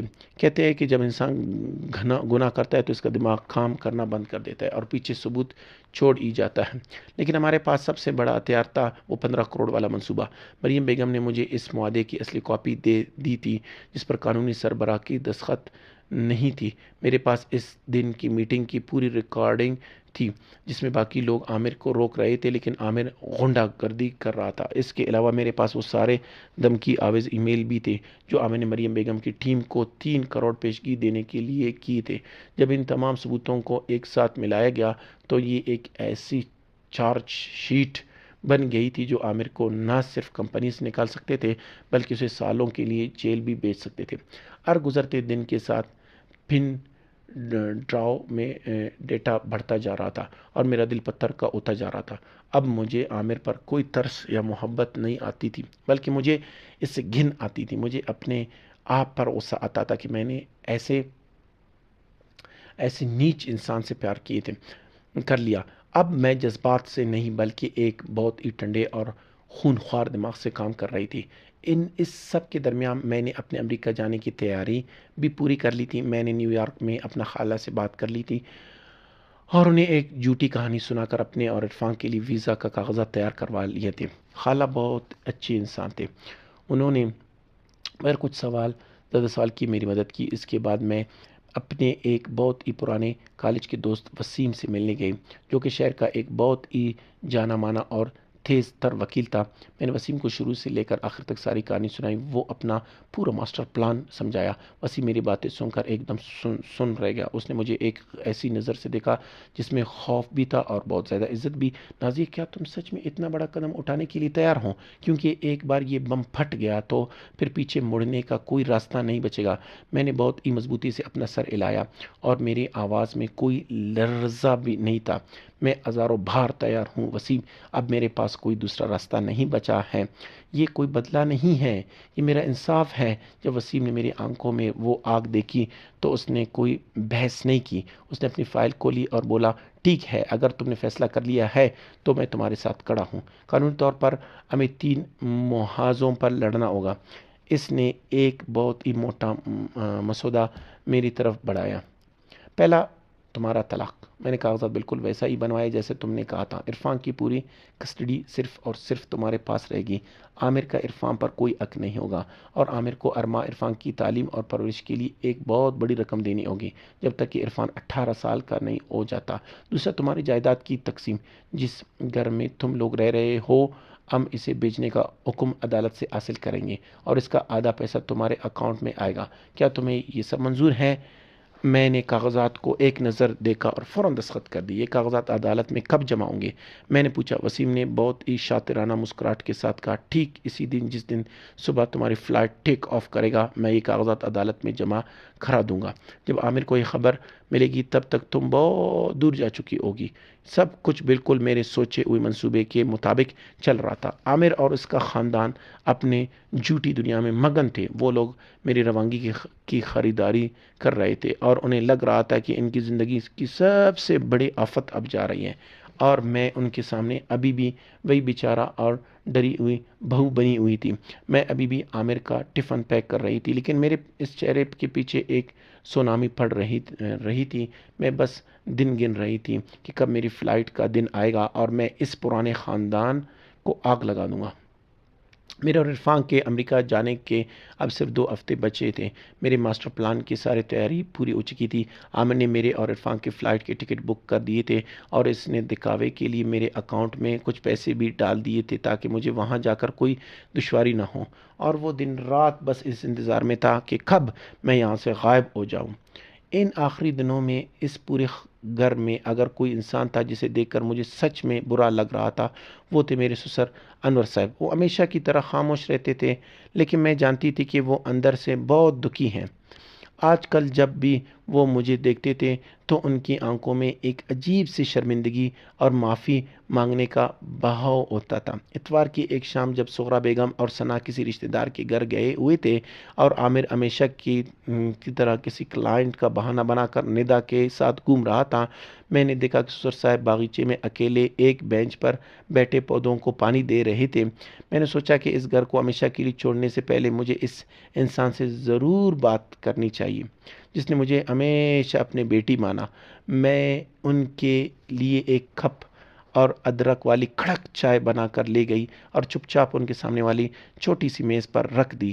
بابا جی چائے پی لیجئے، میں نے دھیرے سے کہا۔ انور صاحب نے چائے کے کپ کو دیکھا اور پھر میری طرف دیکھا۔ انہوں نے مجھے سامنے والی کرسی پر بیٹھنے کا اشارہ کیا۔ ہم دونوں کافی دیر تک وہاں بیٹھے چپ چاپ رہے، صرف ہوا کے چلنے کی آواز آ رہی تھی۔ آخر کار انہوں نے اس خاموشی کو توڑا۔ ان کی آواز بہت بھاری اور دبی ہوئی تھی۔ امریکہ جانے کی ساری تیاری ہو گئی بیٹا؟ ان کا یہ سوال کوئی عام سوال نہیں تھا۔ میں اس سوال میں چھپے ہوئے ان کی درد کو محسوس کر سکتی تھی۔ میں نے سر ہلایا۔ جی بابا جی، سب پیکنگ ہو گئی ہے، آپ کی فکر کے لیے شکریہ۔ انور صاحب پھر خاموش ہو گئے۔ انہوں نے چائے کا ایک گھونٹ لیا اور دور آسمان میں دیکھتے ہوئے اپنے آپ سے بات کرنے کے انداز بولے، میں نے اپنی پوری زندگی میں صرف ایک ہی خواب دیکھا تھا کہ میرا گھر ہمیشہ بھرپور رہے، میرے بچے اور پوتے پوتیاں ہمیشہ میرے سامنے ہنستے دیکھ کھیلتے رہیں، لیکن شاید میں ایک بہت ہی ناکام باپ ثابت ہوا۔ ان کی بات سن کر میرے آنکھوں میں آنسو آ گئے۔ میں جانتی تھی کہ وہ کس بات کا اشارہ کر رہے ہیں۔ انہیں عامر کی سارے خالی کارستانوں کا پتہ تھا، لیکن اس عمر میں آ کر وہ اپنی بیوی اور اپنے بگڑے ہوئے بیٹے کے سامنے پوری طرح بے بس تھی۔ ایسا مت کہیے بابا جی، آپ دنیا کے سب سے اچھے والد ہیں۔ اور میں نے ان کے ہاتھ پر ہاتھ رکھتے ہوئے کہا۔ انور صاحب نے بہت ہی درد بھرے مسکراہٹ کے ساتھ سر ہلایا۔ نہیں بیٹا، عامر بچپن سے ہی اپنے ماں کا لالچی رہا ہے۔ سغرا نے اسے اتنا سر پر چڑھا لیا ہے کہ مجھے لگتا تھا کہ تم جیسی سمجھدار لڑکی کے آنے سے وہ سدھر جائے گی، لیکن وہ تو اتنا بدقسمت نکلا کہ وہ ایک ہیرے کی پہچان ہی نہیں پایا۔ پہلی بار اس گھر میں کسی نے میرے اتنی اچھی اور سچی الفاظ کہی تھی۔ میرے آنسو بہہ پڑے۔ انہوں نے میری طرف نہیں دیکھا، شاید وہ مجھے اور زیادہ نہیں رلانا چاہتی تھی۔ انہوں نے اپنے کپڑے کی جیب سے ہاتھ ڈالا اور ایک پرانی بینک پاس بک نکال کر میری طرف بڑھا دی۔ یہ میری زندگی بھر کی تھوڑی بہت کمائی ہے جو میں نے بچا کر رکھی ہے۔ یہ بہت زیادہ تو نہیں ہے، لیکن قریب 1 لاکھ ہے۔ یہ تم رکھ لو، میری طرف سے میرے پوتے عرفان کے لیے ایک چھوٹا سا تحفہ۔ وہاں پردیس میں تمہیں پیسوں کی ضرورت پڑے گی، اسے منع مت کرنا۔ اگر تم اس بوڑھے باپ کی تھوڑی بھی عزت کرتی ہو تو اسے رکھ لو۔ میں ایک دم چونک گئی۔ میں نے فوراً وہ پاس بک واپس ان کی طرف کر دی۔ نہیں بابا جی، میں یہ نہیں لے سکتی، یہ آپ کی بڑھاپے کا سہارا ہے۔ لیکن انور صاحب نے میرے دونوں ہاتھ کو اپنے کامتے ہوئے ہاتھوں میں مضبوطی سے پکڑ لیا۔ ان کے ہاتھوں میں لرزش تھی، لیکن ان کی گرم جوشی بہت سچی تھی۔ اسے رکھ لو بیٹا، میں تمہارے لیے تو کچھ نہیں کر پایا، کم از کم مجھے اپنے پوتے کے لیے اتنا تو کرنے دو۔ اسے میری اور پورے گھر کی طرف سے ایک معافی سمجھ کر رکھ لو۔ یہ کہتے کہتے ان کی آواز ٹوٹ گئی۔ اب میں خود کو روک نہیں پائی اور زور زور سے رونے لگی۔ یہ آنسو دیکھ کر نہیں تھی، بلکہ یہ آنسو اس بات کے تھے اس گندے اور جھوٹے گھر میں ایک انسان تو تھا جس کے سینے میں ایک دل دھڑکتا تھا۔ میں نے وہ پاس بک اپنے پاس سینے سے لگا لی۔ اگر میں منع کرتی تو انہیں بہت دکھ ہوتا۔ وہاں سے اٹھنے سے پہلے انور صاحب نے میرے سر پر ہاتھ رکھا اور کہا، نازیہ تم بہت بہادر لڑکی ہو، زندگی میں چاہے جو ہو جائے اپنے اور عرفان کے لیے ہمیشہ مضبوطی سے کھڑے رہنا اور اس گھر کی گندی یادوں کو یہیں چھوڑ کر جانا۔ اس شمس سسر صاحب سے ہوئی بات چیت اس گھر میں ملنے والے میرا آخری اچھا تجربہ تھا۔ میں نے اپنے جانے کی تیاری تیز کر دی۔ میں نے عامر کے سارے مہنگے سوٹ اور شرٹس ڈرائی کلین کروا کر اس کی الماری میں بہت سلیقے سے سجا دی۔ میں نے اس کے لیے اس کی پسند کا وہ کھانا بنایا جو اسے پسند تھا۔ میں روز ڈائننگ ٹیبل پر اسے اپنے ہاتھ سے کھانا پیش کرتی تھی اور بہت ہی میٹھی آواز میں اسے اپنا خیال رکھنے کی کو کہتی۔ میں یہ سب اتنی صفائی سے کر رہی تھی کہ میرے چہرے پر نفرت کا ایک داغ بھی نہیں دکھتا تھا، اور عامر بالکل ویسے ہی رد عمل دے رہا تھا جیسے میں نے سوچا تھا۔ اسے لگنے لگا تھا کہ میں آج بھی اس کی محبت میں پاگل ہوں اور اسے خوشی دینے کے لیے یہ بہت بڑا نثار تھا کر کے امریکہ جا رہی ہوں۔ اپنی اس خوشی اور اپنے گناہوں کو چھپانے کے لیے اس نے بھی ایک بہت ہی شاندار اور خیال رکھنے والی شوہر بننے کا ڈرامہ شروع کر دیا۔ اس نے مجھے ایک بہت ہی زیادہ اد والا کریڈٹ کارڈ کر دیا اور کہا کہ نازیہ جا کر پیسوں کی بالکل کنجوس مت کرنا، میرے بیٹے اور میری بیوی کو وہ بادشاہوں کی طرح رہنا چاہیے۔ وہ عرفان کے لیے ڈیروں نئے کپڑے کھلونے اور کتابیں خرید کر لایا۔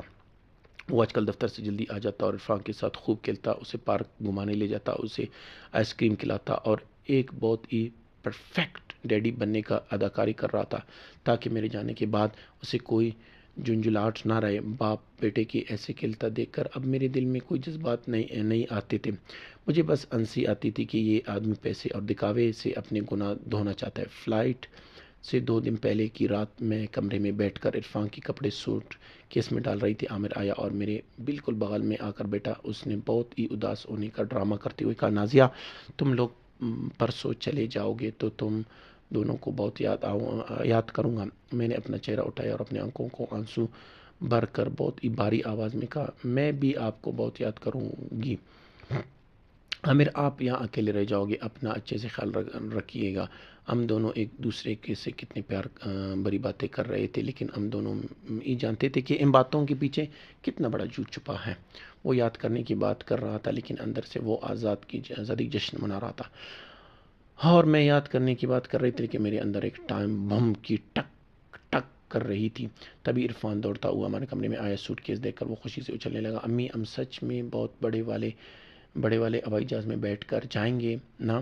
ہم عرفان کو گود میں لے کر چومتے ہوئے بولے، ہاں میرے بچے، ہم ایک بہت ہی خوبصورت جگہ جا رہے ہیں، وہاں تمہیں بہت مزہ آئے گا۔ عامر نے بھی ہم دونوں کو گلے لگا لیا اور خوشحال خاندان کی پرفیکٹ تصویر بنا دی۔ اس نے کہا، عرفان میرے اچھے بچے، وہاں جا کر امی کو پریشان مت کرنا، ابا بہت سارا پیسہ کما کر جلد تم سے ملنے آئے گی۔ ایک دھوکے باز انسان کے منہ سے یہ جھوٹے وعدے کتنے اصلی لگ رہے تھے۔ گزرتا ہوا دن میرے لیے کسی آگ کے دریا پر چلنے جیسا تھا۔ اس انسان کے سامنے ہنسنا جس نے میری زندگی برباد کر دی تھی، اس کے سامنے بیچارہ بننا میرے دماغ کی نس پاڑ رہا تھا۔ لیکن جب بھی میں اپنے بیٹے کا چہرہ دیکھتی تو مجھے ایک نئی طاقت مل جاتی تھی۔ اور پھر وہ دن آ گیا، میری فلائٹ کا دن۔ ایئرپورٹ پر وہ سارا ڈرامہ ختم ہو چکا تھا۔ میں نے سیکیورٹی چیک پار کر لیا تھا۔ عرفان میری انگلی پکڑی ہوئی تھی اور لانچ میں اپنے فلائٹ کا انتظار کر رہا تھا۔ میں نے اپنا فون نکالا اور وہ ای میل کھول لیا جسے میں نے کئی راتوں تک جا کر تیار کیا تھا۔ یہ وہ ای میل تھا جس میں وہ 15 کروڑ کا گھوٹالا ندا کے ساتھ اس کے رنگینیوں کی تصاویر اور کمپنی کی پیسوں کی چوری کے سارے پکے ثبوت منسلک تھے، اور ساتھ یہ بھی لکھا تھا کہ کمپنی کے بورڈ آف ڈائریکٹر کے رکن اور بانی کی بیٹی ہونے کے ناطے میں عامر کو فوری طور پر کمپنی سے معطل کر رہی ہوں۔ میں نے ایک لمبی گہری سانس لی۔ میں نے آنکھیں بند کر کے اپنے والد کو یاد کیا اور بھیجنے والے بٹن پر کلک کر دیا۔ ای میل بھیج دی گئی۔ ادھر میں نے وسیم کو پیغام بھیجا، وسیم آگ لگا دو۔ کچھ ہی سیکنڈ میں وسیم کا پیغام آیا، طلاق کی درخواست عدالت میں داخل ہو چکی ہے۔ صرف 2 گھنٹے بعد جب میری فلائٹ بادلوں کے اوپر اڑ رہی تھی اور میں اپنے آنکھیں بند کر کے ایک نئی زندگی خواب دیکھ رہی تھی، نیچے زمین پر عامر کی دنیا میں ایک خوفناک زلزلہ آ چکا تھا۔ وہ ایئرپورٹ سے سیدھا ندا کے ساتھ ایک 5 ستارہ ہوٹل کے VIP سویٹ میں پہنچا، وہاں شراب کی بوتل کھول کر اپنی نئی آزادی کی جشن منانے ایوا لاتا کہ اچانک اس کا فون پاگلوں کی طرح بجنے لگا۔ سب سے پہلا فون کمپنی کی CEO کا تھا۔ عامر نے جیسے ہی فون اٹھایا وہاں سے صرف گالیاں اور چلانے کی آواز آئی۔ عامر، تمہارے سارے بینک اکاؤنٹ کمپنی نے منجمد کر دیا ہے، تمہیں فوری طور پر معطل کر دیا گیا ہے، تمہاری ساری گندی حرکتیں اور وہ 15 کروڑ کا گٹھولا پوری بورڈ کے سامنے آ چکا ہے۔ آدھے گھنٹے کے اندر کمپنی کے ہیڈ آف پہنچو، پولیس تمہارا انتظار کر رہی ہے۔ عامر کی ہاتھ سے فون چوٹ کر زمین پر گر گیا۔ اس کے چہرے کا رنگ سفید پڑ چکا تھا، اسے کچھ سمجھ نہیں آ رہا تھا کہ اچانک کیا ہو گیا۔ تبھی اس کے فون پر ایک اور پیغام آئی۔ وسیم کا پیغام تھا جس میں طلاق کے کاغذات کی کاپی تھی، جس میں لکھا تھا کہ اس کا اپنے بیٹے عرفان پر اب کوئی قانونی حق نہیں اور اسے اپنا گھر بیچ کر آدھا پیسے مجھے دینا ہوگا۔ جس انسان نے اپنی بیوی اور بچے کو ایک بوجھ سمجھ کر اپنی زندگی سے باہر پھینک دیا تھا، اسے ذرا بھی اندازہ نہیں تھا کہ اس نے اصل میں اپنی ہی موت کی وارنٹ پر دستخط کیے تھے۔ اس نے سوچا تھا کہ وہ مجھے بیوقوف بنا رہا ہے، لیکن اسے پتہ نہیں تھا کہ ایک عورت جب اپنی بربادی کا بدلہ لینے پر آتی ہیں تو وہ سب سے زیادہ خوفناک ہو سکتی ہیں۔ یہ میری کہانی کا اختتام نہیں تھا، بلکہ یہ میرے اور بیٹے کی ایک نئی اور آزاد زندگی کی ایک بہت ہی خوبصورت شروعات تھی۔ دوستو، کہانی اچھی لگی